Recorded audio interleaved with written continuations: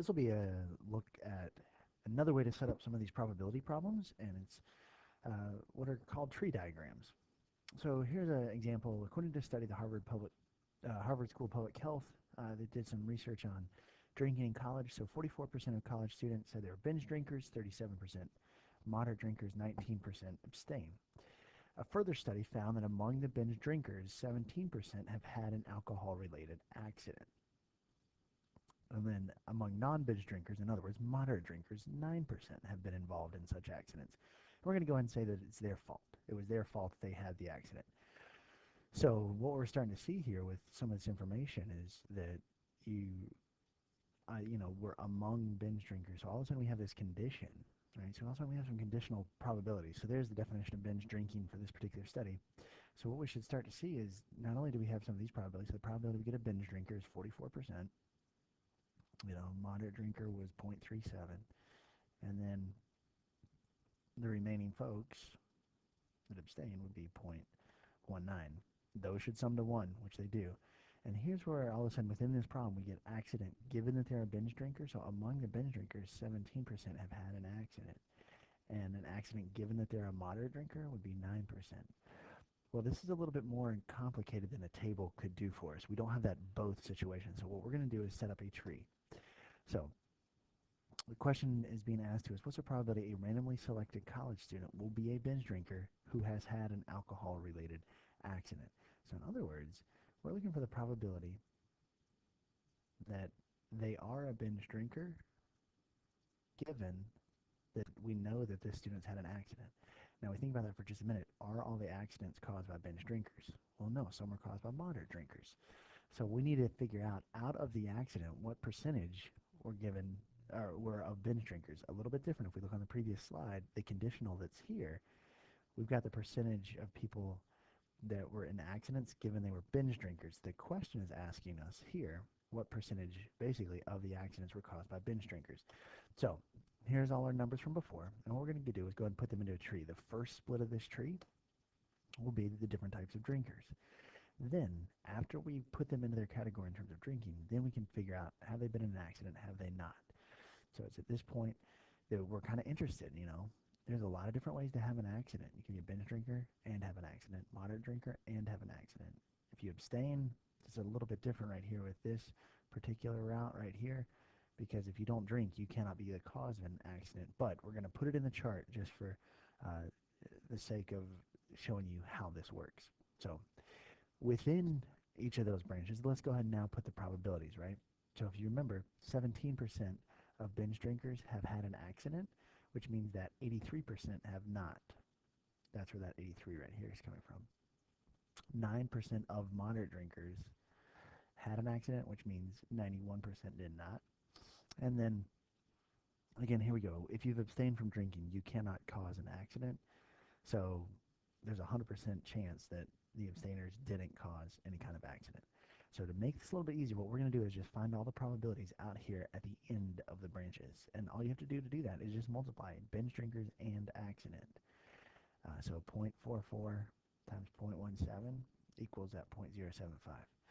What we should start to realize, what you're actually looking at here, and a quick explanation, this 0.7075, this would basically say that 7.5% of the people in this population were binge drinkers and had an accident. 36.5% of these people were binge drinkers and did not have an accident. So they have to have both characteristics. So the end of the branches, this is basically a bunch of the ands. These are the intersections. So, and then within each branch, the secondary branch, if you will, these are the conditionals, right? 17% of the binge drinkers, the 17% of the binge drinkers out of this group were in an accident. 83% out of this particular group of binge drinkers were in an accident. So let me erase a few things here so we can get ourselves, so we don't get ourselves too confused with too much information. So what's the probability that they have an accident? Well, there's three ways to have an accident. So they could binge drink and accident, or moderate drink and accident, or abstain and accident. So here all of a sudden we've got ors, which means we're going to add those things together, right? There's the or statements with addition. So probably they had an accident. Go back to the previous question. It asked us what was the probability, right? If you look at the previous page, what was the probability they were a binge drinker given that they had an accident? So what we need to think here, well, just follow the formula. So probability of binge given they're an accident turns into the probability of binge and accident over the probability of accident.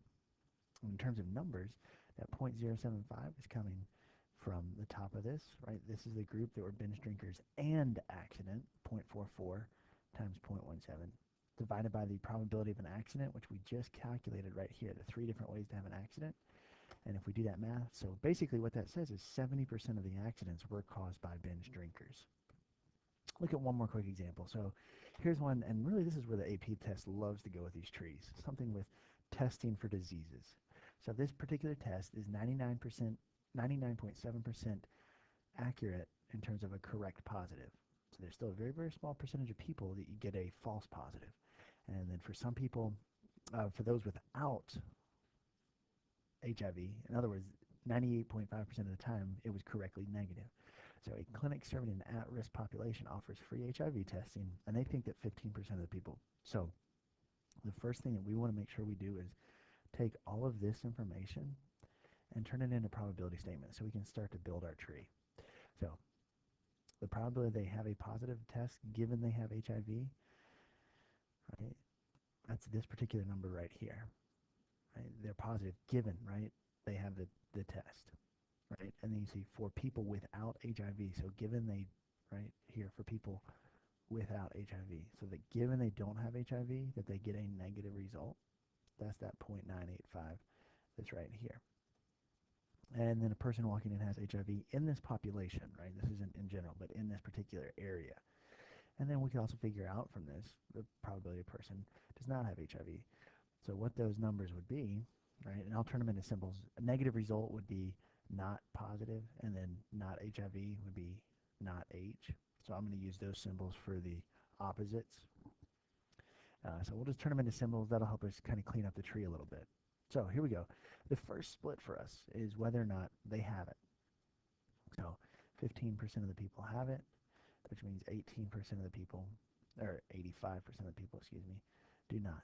Now, once they're kind of split there, they're going to go get the test. So they either test positive or test negative.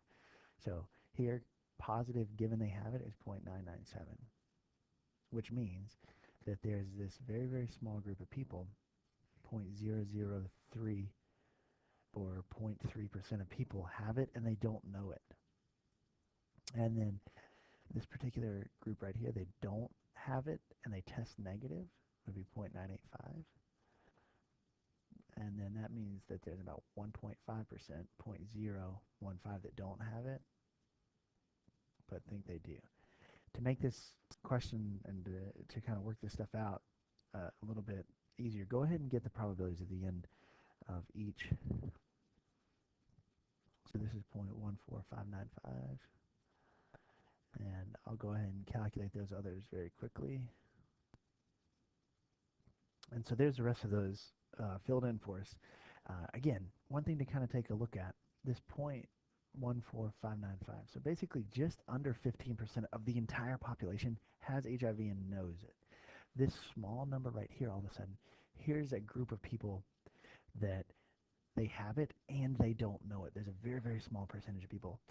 This 83.7%, basically 83.75% of the people, they know they don't have it and they've tested negative. And then this 1.2%, they think they have it when in fact they don't. So what is the probability that a patient testing negative is truly free of HIV? So turn this into a probability statement. So what do we know about that particular group? We know that they've tested negative, right? We know that they've tested negative. So what's the probability they don't have it given that they've tested negative? And once we got the conditional statement, it's just a matter of plug and chug. So, excuse me. So the probability of not P and not H would be this particular box right here. So that's 0.83725. And then the probability of testing negative. Well, is everyone that tests negative truly negative? Well, no, because you got this group right here all of a sudden. So you got to consider the 0.00045 plus there's another group of negatives, right? These two groups with the arrows.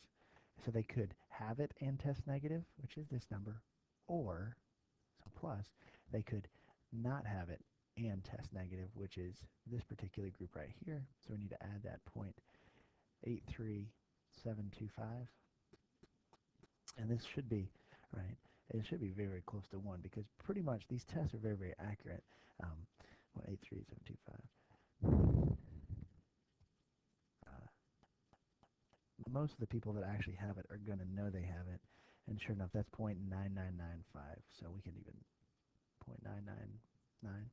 So there's still that slight chance that somebody that tests negative has it, right? There's a very, very small chunk of the population falls into that category. But typically it's a good test.